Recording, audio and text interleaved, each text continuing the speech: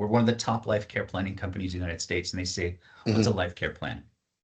What's your Perfect. answer? So really, what a life care plan is determining future medical damages. So where most attorneys, they'll settle on specials, they're leaving a ton of money on the table if they're not considering future medical damages. And that's more specific to chronic pain management. So one of the bigger misconceptions, and I will say it's becoming more and more rare when an attorney does not know what a life care plan is, but one of the biggest misconceptions is they think that they should only order a life care plan on catastrophic cases. And that's couldn't be the furthest thing from the truth. And that's why we're one of the largest life care planning companies in the country, because a standard life care plan, chronic pain management, injections, surgeries, medications, assistance with the ADLs, a life care plan or a life care plan expert or a certified life care planner determines frequency of those things, sequela, and cost of that care. Okay. Where your treating physicians typically that's not their role Right. in the case. Right. Okay. Generally, at what point during a PI case, as they're trying to formulate their case strategy, when do you Mhm. recommend to your PI clients that they start considering a life care plan? Great question. So a threshold for the cases, typically we want to look at cases that are 250K and up in policy limits. Okay. But really, um, typically about a year after date of injury. Why? Because a year after date of injury is where the care has really started to plateau. They've seen the chiro, they've seen the physical therapist, but more importantly, they've seen the orthopedic, they've seen pain management, neurosurgeon, neurologist, and that's when we can really start piecing together um, what futures looks like. Okay. Okay. Um, are there any major commonalities in injuries or specifics that your PI clients look at and they say, wow, this is definitely going to need a life care plan? Yeah. Specific. So a lot of times we'll get ankles or shoulders or wrists, not so much because typically an injection or a surgery will typically take care of that. And there's typically not a lot of future care associated with those types of injuries. But Right. lumbar, cervical, TBI, that's when you really want to start thinking about life care planning because that's when chronic pain management is heavily involved. Okay. Again, Okay. repetition of injections, possible surgeries, revisions on those surgeries, extended medications, and then, of course, assistance in ADLs. Okay. Okay. And then can you tell us how, without giving away your secret sauce, how do you actually create the life care plan? What is your technician doing when they get the order? It's like, we Yeah, need one certainly. for Bob Yeah, and Smith. it's not, and you're right. It's not really a secret sauce. There is a methodology that's been followed for gosh now about 30 years. There's multiple journals on it. But specifically, what we're looking for is current and future care, but it's through medical records and medical review. Okay.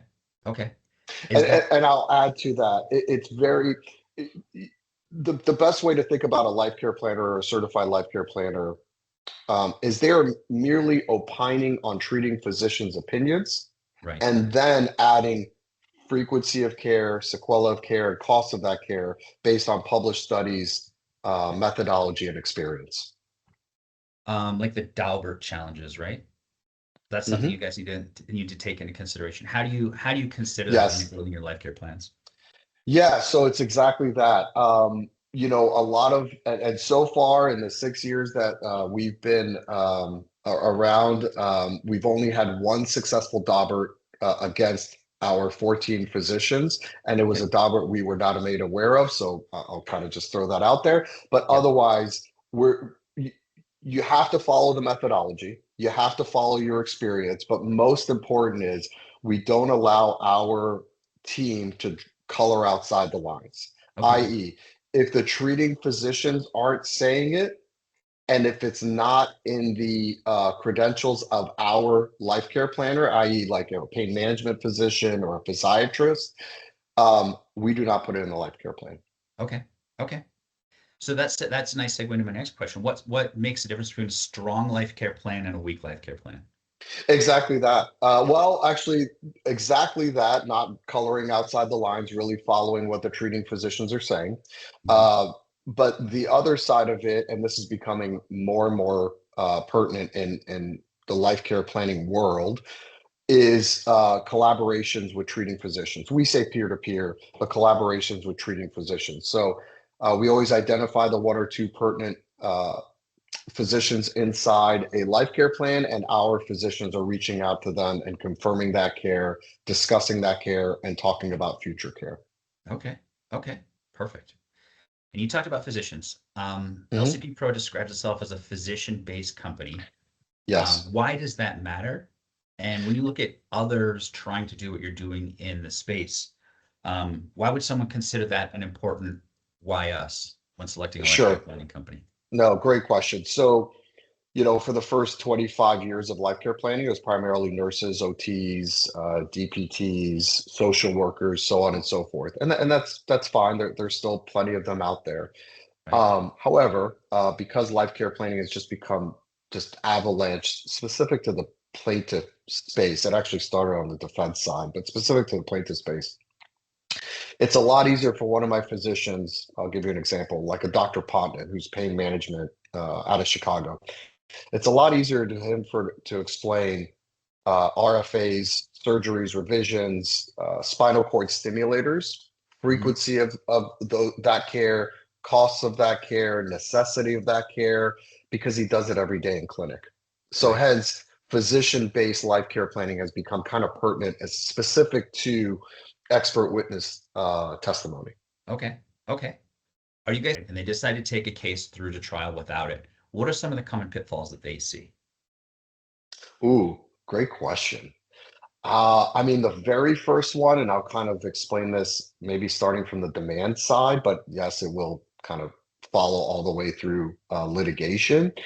is, any of these attorneys can call any of these treating physicians that is taking care of their clients, and they do so, and they say, hey, can you just piece together like a little narrative and maybe a cost of, what my client and your patient is going to see over the next 30 years? Yeah. Sure, they'll do it. But any good adjuster, any good opposing counsel is going to say, well, of course, Dr. Smith, orthopedic, said that because Dr. Smith is a good orthopedic, but he also wants that client to come back to them for the next 30 years. Why you hire life care planners or life care planning companies is we are a third party, non biased opinion of that care, right? Okay. We don't establish causation. We're not treating the patient. So I would say that that's the main pitfall is that you're just missing out on what the client deserves for the rest of their life because you're only concentrating on what happened in the past. Got it. And you want a third party, non-biased opinion to talk about what's it going to cost for the future. Okay. Okay.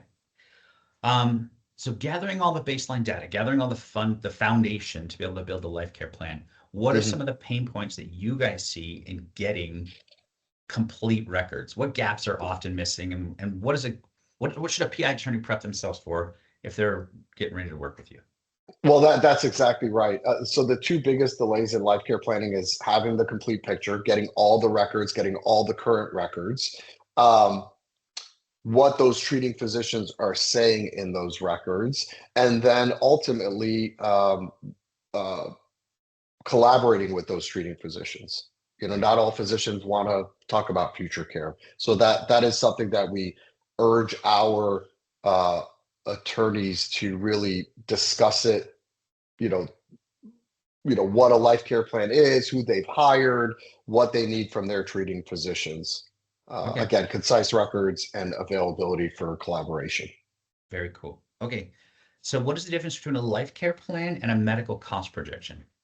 Certainly. So at least with LCP Pro, and this is for the most part the majority of life care planning across the country. So every life care plan has a medical cost projection in it, but a Okay. medical cost projection is not a life care plan. Got it. So in our world, a medical cost projection is really for pre-lit. It's almost for like the demand letter stage. A Uh-huh. medical cost projection does not, at least in our world, does not include an expert witness, does not include a physician client interview, and does not include a treating physician and life care planning or life care planner collaboration. It's purely just the grids. It's just the numbers. And there's also no records review, in the sense that if you ask for a medical cost projection, you're going to give us the 1,000 pages of medical records. Whatever we determine is the cost of what's in those records for future. That's it. It's just the grid. Okay.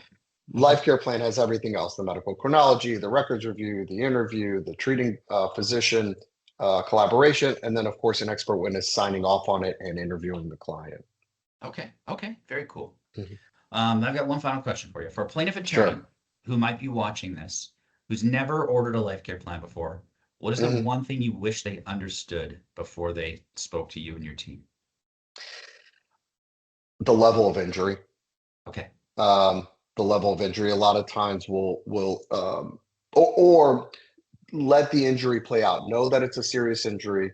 Wait about a year. Then you want to start thinking about life care planning, right? If it's going to be litigated, let's start thinking life care plan. And then just again, the weight of the injury. I'll give you an example. We had a case. Oh gosh, I just spoke to my operations manager this morning about it. A gentleman fell out of his seat in the restaurant. Somehow he cut off the tip of his finger. I'm not sure of all the details. They Okay. think that that's a life care plan. It's not. There's Right. there's really no limited ADLs. There's no chronic pain management. There's really no futures in that. So Sure. that's why we always say focus on the severity of the injury, focus on the chronic pain management side of things. Of course, catastrophic is a whole different ballgame. We do those, but not at the pace and at the volume that we do standard life care plans. Great. Great. All right. Mhm. Well, before I stop the recording, is there anything else you want to add on the? No, just appreciate it. Appreciate the opportunity, and of course, we love working with ExpertPays. You guys make it easy.